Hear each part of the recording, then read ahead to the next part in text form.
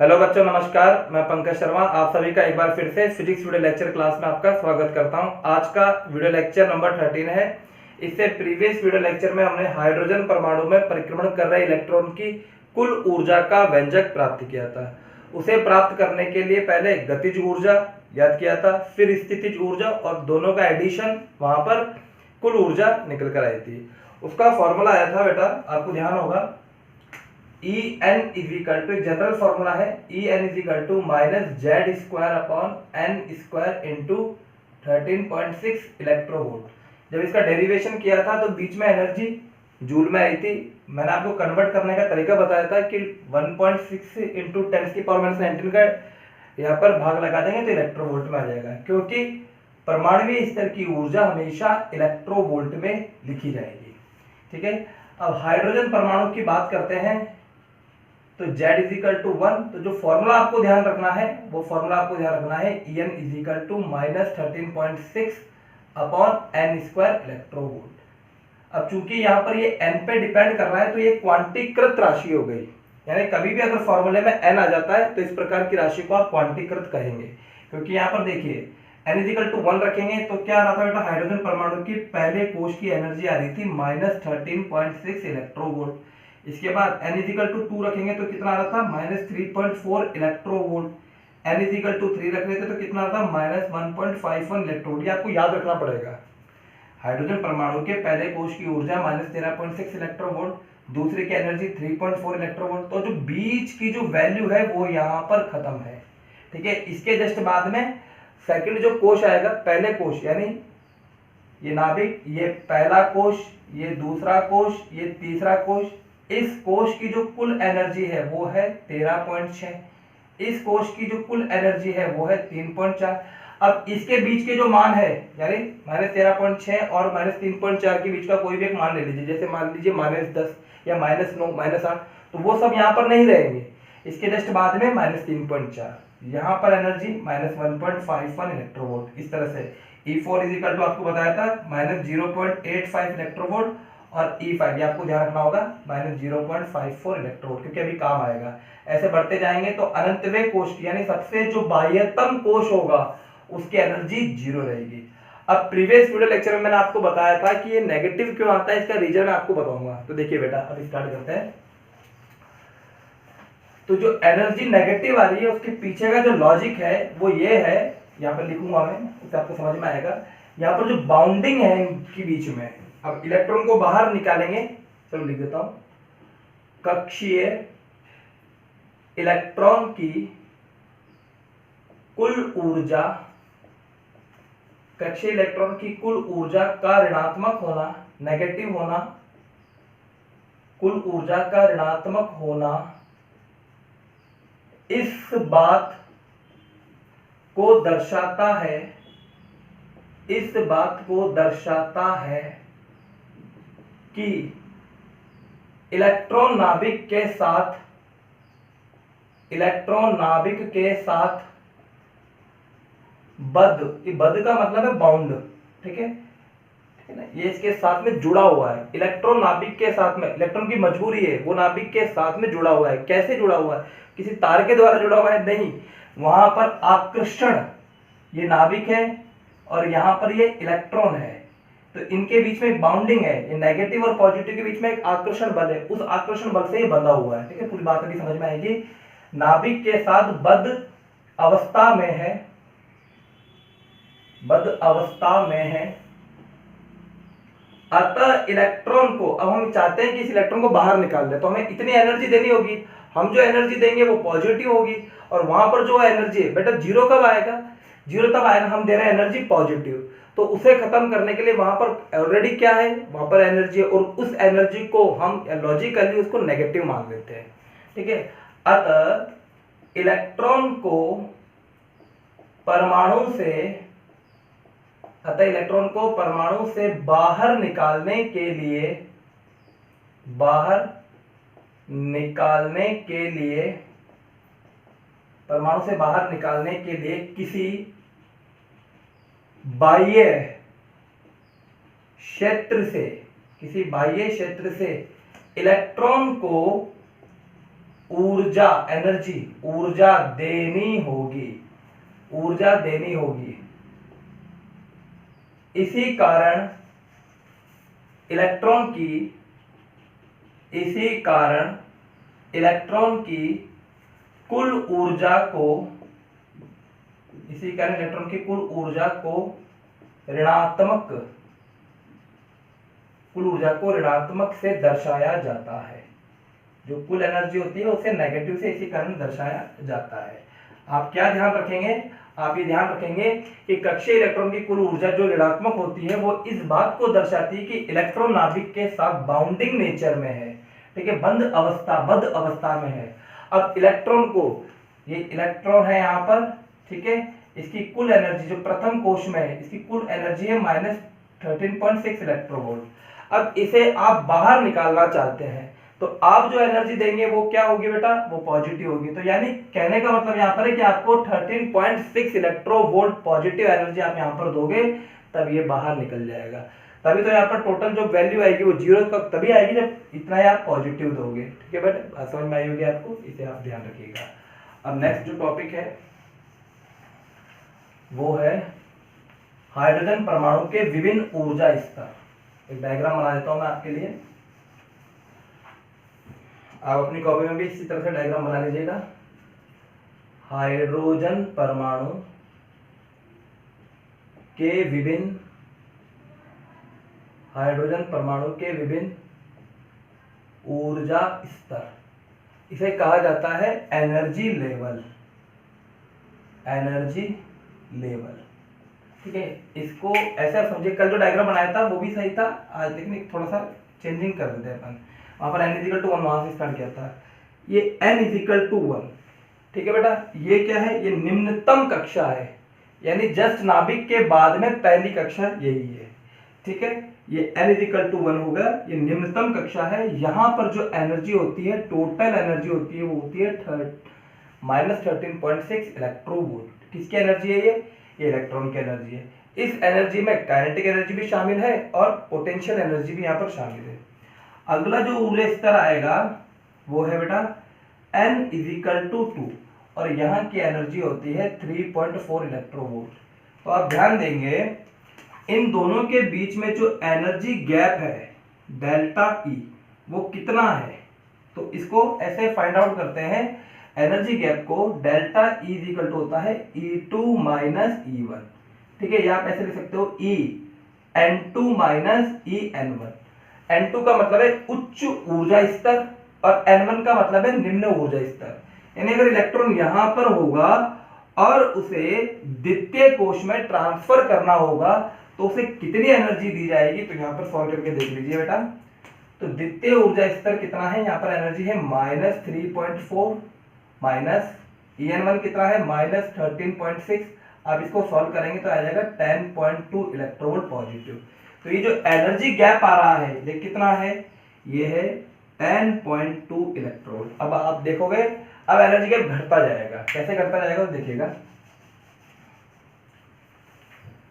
जो तृतीय कोश की ऊर्जा है वो कितनी है, देखिए इधर मैं थोड़ा सा पास लेके आता जाऊंगा, आपको इसका रीजन समझ में आएगा।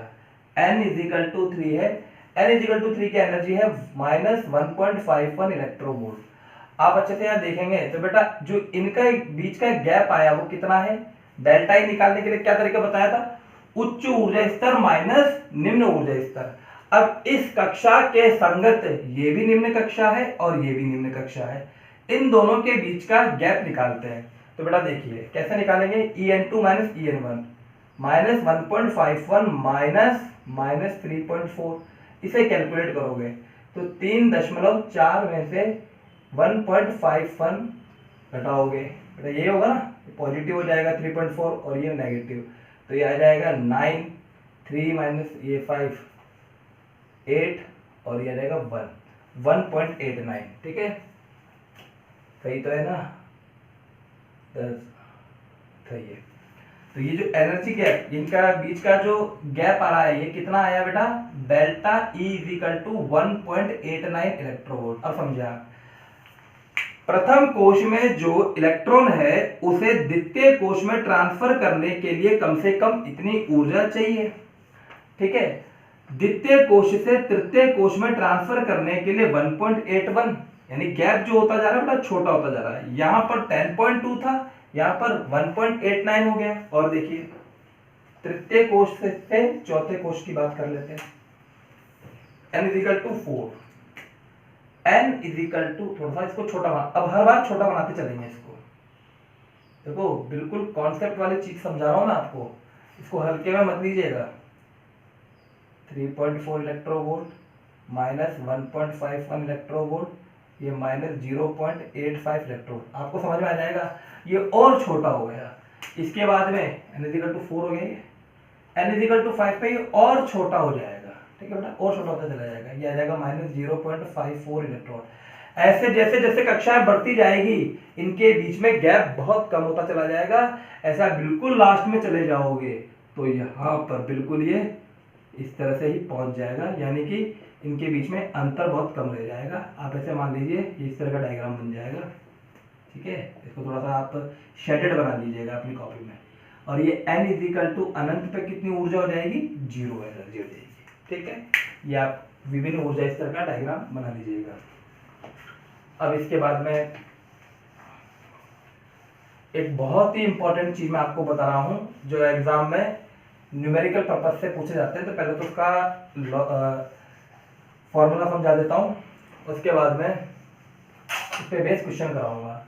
याद कीजिए जब मैंने आपको डेरिवेशन स्टार्ट कराया था हाइड्रोजन परमाणु के, जब इलेक्ट्रॉन गति करता है तो उसकी जो ऊर्जा होती है, उस पूरे डेरिवेशन को समझने के लिए पहले फॉर्मूला बताया था बेटा, आया था kinetic energy.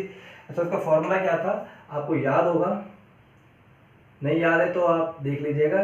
Kinetic energy K into Z into E square upon 2Rn। मैंने वहां पर आप समीकरण नंबर 1 लिखा था, फिर 2 लिखा था, और मैंने कहा था कि आगे चल के काम आएगा, इसको आप याद रखिएगा, ठीक है। ये निकला कैसे था, बोर की प्रथम अभिधारणा से।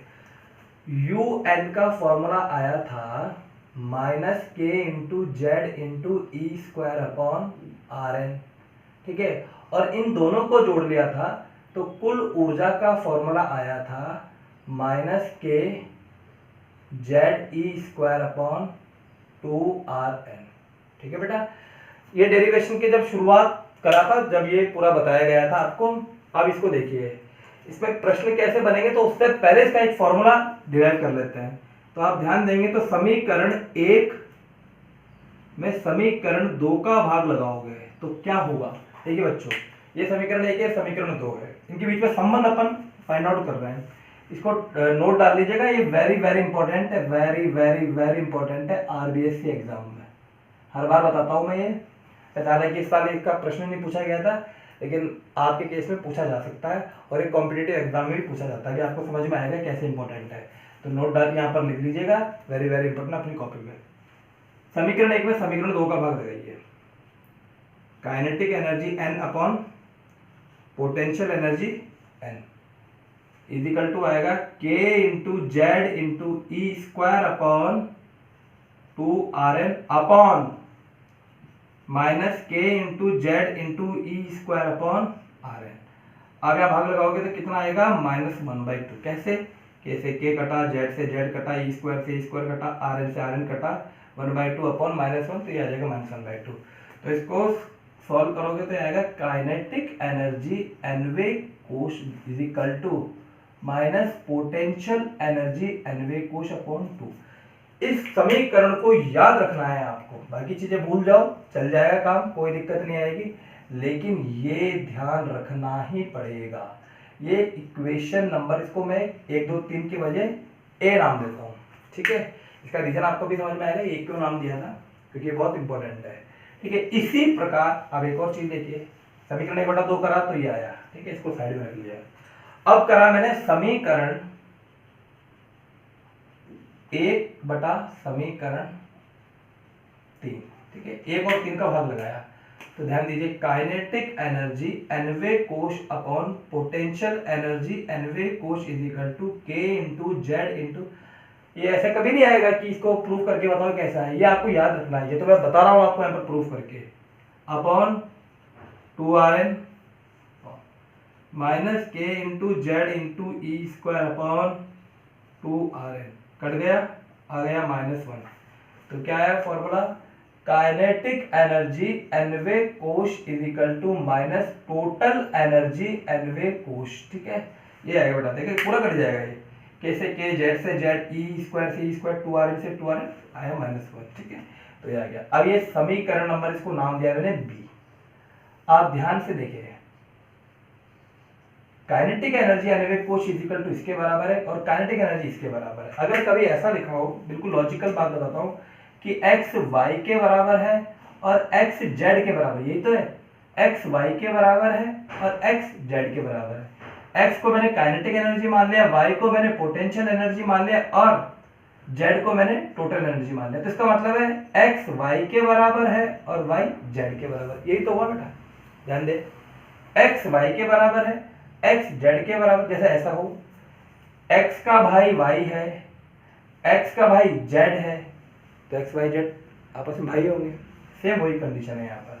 ये इसके बराबर है और ये इसके बराबर, तो तीनों बराबर हो जाएंगे। तो तीनों बराबर मतलब a और b को अगर हम ध्यान से देखें तो क्या बात आई, ये बात समझ में आई कि काइनेटिक एनर्जी nवे कोश is equal to minus potential energy nवे कोश upon 2 is equal to minus total energy nवे कोश। ये संबंध इतना ज्यादा इंपॉर्टेंट है कि नीट जैसे एग्जाम में, आईआईटी की तो बात करता नहीं क्योंकि वहां पर क्या होता है, सिंगल कॉन्सेप्ट में प्रश्न नहीं पूछे जाते हैं।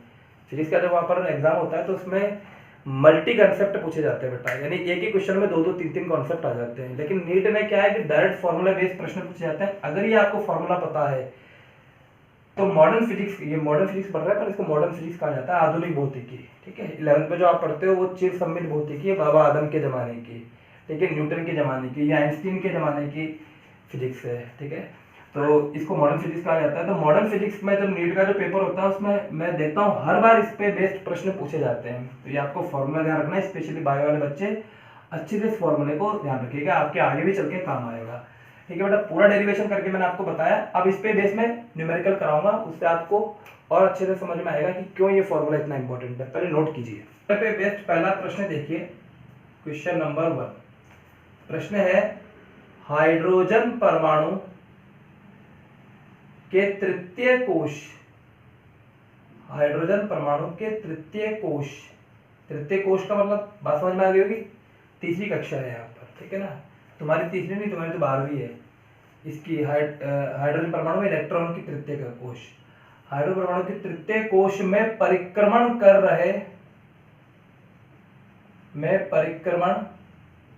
कर रहे, इलेक्ट्रॉन की गतिज ऊर्जा कॉमा स्थितिज ऊर्जा ज्ञात करें। गतिज ऊर्जा कॉमा स्थितिज ऊर्जा ज्ञात करें। देखो कैसे सॉल्व करेंगे इसको, समझे आप। वैसे आपको पता है कि हाइड्रोजन परमाणु का ये नाभिक है, ये पहला कोश, दूसरा कोश, तीसरा कोश। आपको कम से कम 5 कोश तक हाइड्रोजन परमाणु की एनर्जी ध्यान रखनी है। आइए रिवाइज कर लेते हैं। देखिए मेरे साथ आप मन में याद करने की कोशिश करना।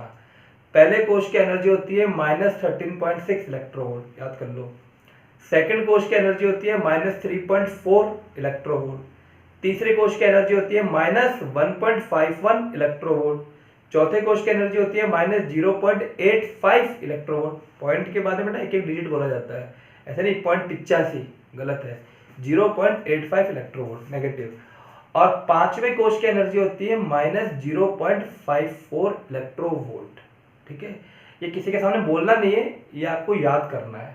ठीक है, और जब याद करते हैं तो गलत चीज याद नहीं करनी है, आपको ऐसे पॉइंट में ही ध्यान रखना है, 0.54। ठीक है, ये 5 चीजें आपको ध्यान रखनी है। और ऐसे ही बढ़ते जाओगे तो अनंतवें कोश की एनर्जी 0 हो जाती है, जो मैक्सिमम होती है, क्योंकि यहाँ पर सारी एनर्जी नेगेटिव है। तो बेटा निम्न एनर्जी कहाँ पर है, सबसे कम एनर्जी कहाँ पर है, पहले कोश में -13.6, और सबसे अधिक एनर्जी कहां पर है, अनंतवें कोश में। अभी बात कर रहे हैं कि हाइड्रोजन परमाणु की तृतीय कोश में, तो तृतीय कोश की कंप्लीट जो एनर्जी है, कुल एनर्जी है, वो कितनी होती है, कितना होता है, -1.51, एक मिनट रुक जाओ, -13.6 -1.51 इलेक्ट्रोवोल्ट। ठीक है ना, थर्ड कोश की एनर्जी है -1.51 इलेक्ट्रोवोल्ट। अब हमने जो यहाँ पर अभी संबंध आपको बताया था उससे आप कैलकुलेट कर लोगे। सपोज कीजिए कि आप एग्जाम देने के बाद भूल गए आप, तो आप पूरी कहानी अगर लिखना चाहते हो तो यहाँ पर लिख सकते हो। चूंकि हम जानते हैं कि ई एन का फॉर्मूला आता है -z² इंटू 13.6 इलेक्ट्रोवोल्ट। तो यहाँ पर हाइड्रोजन परमाणु की बात कर रहा है, हाइड्रोजन परमाणु के लिए तो z इजिकल टू 1 है, तो ई एन इजिकल टू हो गया -13.6/n² इलेक्ट्रोवोल्ट। तृतीय कोश की बात कर रहे हो तो तृतीय कोश के लिए n इजिकल टू 3। आप तो जानते हो, आपको तो याद है, लेकिन फिर भी आपको ये शो करना पड़ेगा, ठीक है। E3 is equal to -1.51 electron. यहां तक आप पहुंच गए, ठीक है ना। अब यहां से आपका काम स्टार्ट होता है, ये तो आपको पता था, इसमें कोई नई बात नहीं है। अब यहां से कैसे आप निकालोगे गतिज ऊर्जा और स्थितिज ऊर्जा का मान कैसे निकालोगे, तो बेटा देखिए इधर, चूंकि काइनेटिक एनर्जी, जो मैंने इक्वेशन नंबर ए लिखी थी वो क्या थी, काइनेटिक एनर्जी इजिकल टू पूरी इक्वेशन लिख देता हूं, -UN/2 इजिकल टू -EN, ठीक है। ये पूरी इक्वेशन लिखी थी। तो अगर आप इसको और इसको एक साथ लिखो, यानी इन दोनों की बात, इसको भूल जाओ अभी, काइनेटिक एनर्जी इसको लिखे, तो बेटा क्या आ जाएगा, काइनेटिक एनर्जी तीसरे कोश की बराबर किसके, -E3 के बराबर, ठीक है ना। ये तो आपको ध्यान रखना, ये तो फॉर्मूला है, ये किसी भी कोश के लिए। इस फॉर्मूले से देखो आप इन दोनों को बराबर कर दो तो ये आया, ठीक है। तो बेटा देखिए आंसर आ जाएगा, काइनेटिक एनर्जी तीसरे कोश इजिकल टू माइनस की जगह -E3 का मान -1.51 इलेक्ट्रोवोल्ट, तो उत्तर आ गया 1.51 इलेक्ट्रोवोल्ट, ये इसका आंसर है। इसी प्रकार अब इन दोनों को बराबर कर लीजिए, तो देखो बेटा -U3/2 is equal to -E3, minus से माइनस कट जाएगा तो क्या जाएगा, U3 is equal to 2 into E3। थोड़ा सा पहले रस करना होगा,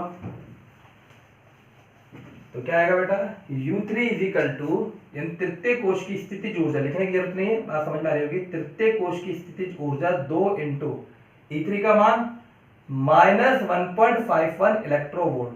सॉल्व कर लीजिए, 1 तो हो जाएगा -3.02 इलेक्ट्रोवोल्ट, इसका आंसर है। तो हाइड्रोजन परमाणु के तृतीय कोश की कुल ऊर्जा ये लिखी हुई है, गतिज ऊर्जा 1.51 इलेक्ट्रोवोल्ट और स्थितिज ऊर्जा 3.02 इलेक्ट्रोवोल्ट। एक और तरीका मैं आपको बता देता हूं, वो भी आपको सीखना चाहिए क्योंकि वो भी कॉन्सेप्ट ही तो है। देखिए बेटा, यहां पर हम जानते हैं कि कुल जो ऊर्जा होती है वो गतिज ऊर्जा और स्थितिज ऊर्जा के योग के बराबर होती है। तो E3 इजिकल टू किसके बराबर हो जाएगा, kinetic energy third plus U third. अब इसका मान निकाल लिया, इसका मान निकाल लिया, इसका मान कितना था -1.51, इसका मान 1.51 प्लस U3। तो इसको सॉल्व अगर आप यहाँ इसके बाद में डायरेक्ट ये भी करोगे तब भी उत्तर आ जाएगा। देखिए इसको इधर लेकर आ जाइए, 1.5 - 1.5 इजिकल टू U3, तो U3 इजिकल टू अगेन क्या आ गया, -3.02 इलेक्ट्रोवोल्ट। बात समझ में आई। इस तरह से आपको सॉल्व करना है, इसको आप अपनी कॉपी में उतारिएगा। अगला मैं क्वेश्चन बताता हूँ, पहले नोट कीजिए। देखिए बेटा अगला क्वेश्चन देखते हैं, क्वेश्चन नंबर 2। हीलियम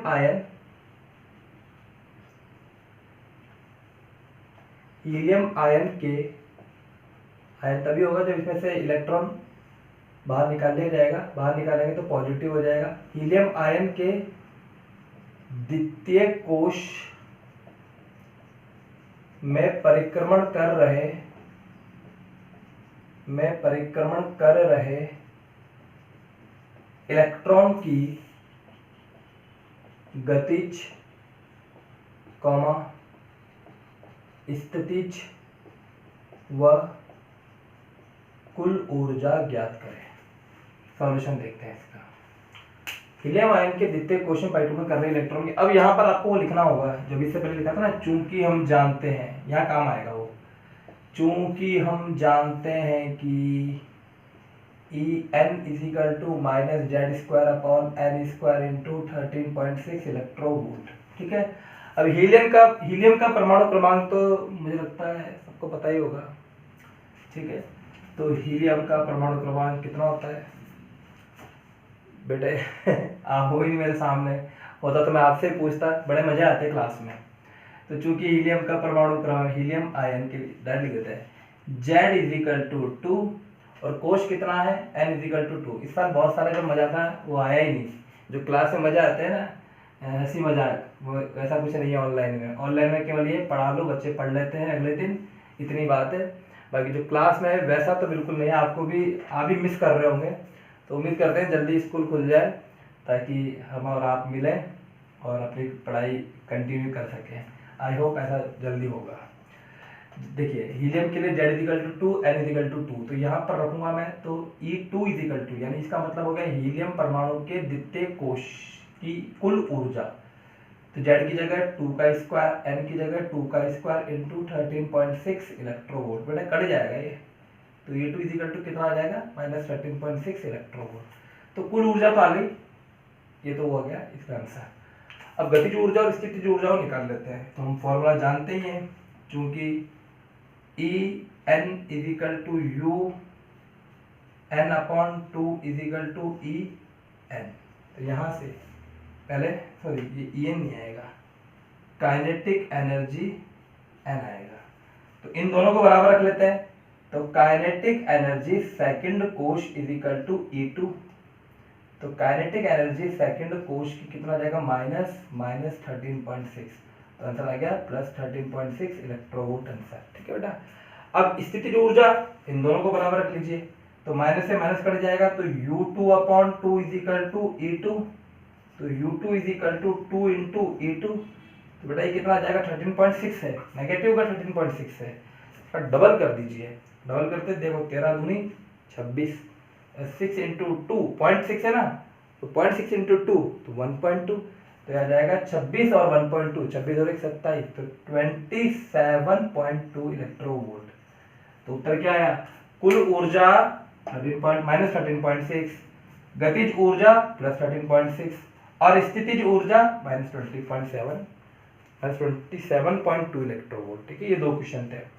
आज का वीडियो लेक्चर इतना ही है बेटा। आप इसको एक बार अच्छे से प्रैक्टिस कीजिएगा, अपनी कॉपी में एक बार खुद भी इसको हल कीजिए। ऐसे नहीं ऐसे करके देख लो केवल, और केवल अपना काम है केवल देखना नहीं, आपको पढ़ना भी है। इसको पढ़ें, रफ कॉपी में इसको पूरा सॉल्व करें, तभी आपको ज़्यादा अच्छे से समझ में आएगा। ठीक है, थोड़ा प्रयास आपको ज़्यादा करना होगा, तभी आपको चीज़ें ज़्यादा से ज़्यादा समझ में आएगी। ठीक है, अब इसके बाद में क्या करेंगे, एक प्रश्न और मैं कराऊंगा अगले वीडियो लेक्चर में, और फिर इसके आगे भी बढ़ेंगे। तो आज के वीडियो लेक्चर में इतना ही। Thank you.